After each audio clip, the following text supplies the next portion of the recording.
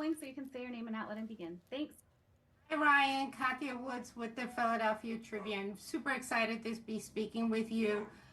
Wanted to talk to you about what was your headspace when you had to reshift and, focus the women more or less. What were you thinking in terms of that direction going from being a male perspective to a female perspective? Yeah, that's a great question. You know, we had given it a lot of thought, and there was a certain amount of precedence for it in the comics. Like a lot of the Black Panther comics have been from a female perspective. Whether it's Reginald Hudlin's run or some of Roxanne Gay's work, with World of Wakanda, and I think that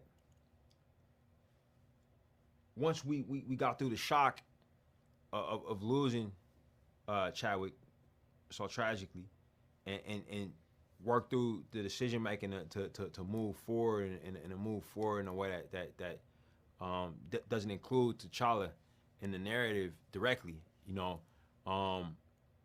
that even though T'Challa's all over the movie, if you've had a chance to see it, like his impact is all over the film.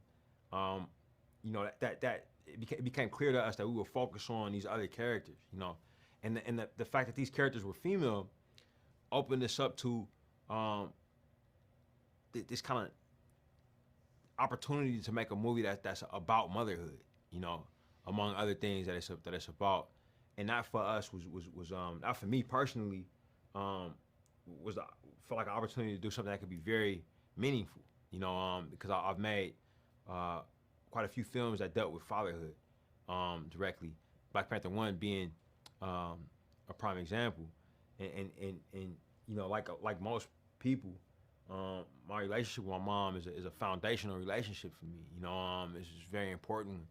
So I was really I felt motivated to explore that. And last, my question to you is, I'm Latina, I'm Brazilian, so the Latin representation, especially of the indigenous people, was beautifully done. What Thank were you. your sources to make sure that not only because indigenous languages are very specific, but the actors were of that descent? Oh, what the actors being of Mesoamerican descent was something that that came with the choice to base the Talacanil culture and this adaptation off of the classic and post-classic Mayan civilizations. So that once we made that decision, we had to we decided to cast characters that could portray that story. It's very important to us. In terms of sources, we had several, but there was one person who was very, very instrumental. His name is Dr. Gerardo Aldana. He's a college professor in San Diego, but he's also an anthropologist and has published several books about the Mayans, and specifically the Mayans during that time. He was so helpful for us, man.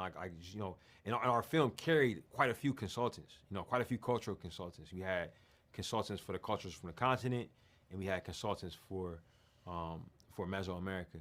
And but he was a major player in terms of all of the the language stuff that we did, and the written language stuff that we did, the glyphs, so to speak, that play a big role in the film, and also the spirituality. Wakanda's spirituality is very rich, and there's a big spiritual conversation happening in the film as well. We couldn't have done it without Dr. Aldana, and we couldn't have done the film without the other cultural consultants. Professor Ben Talton, who teaches at Howard now, was at Temple, I believe. Was a man who actually went to school with Chadwick at Howard, knew him. He was our consultant for African cultures, on the continent, and So we carried like a deep roster of consultants on this movie, and they were very, very helpful.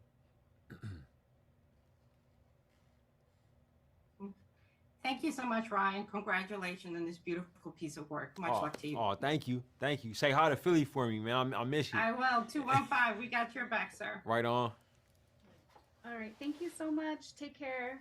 Let's cut, team.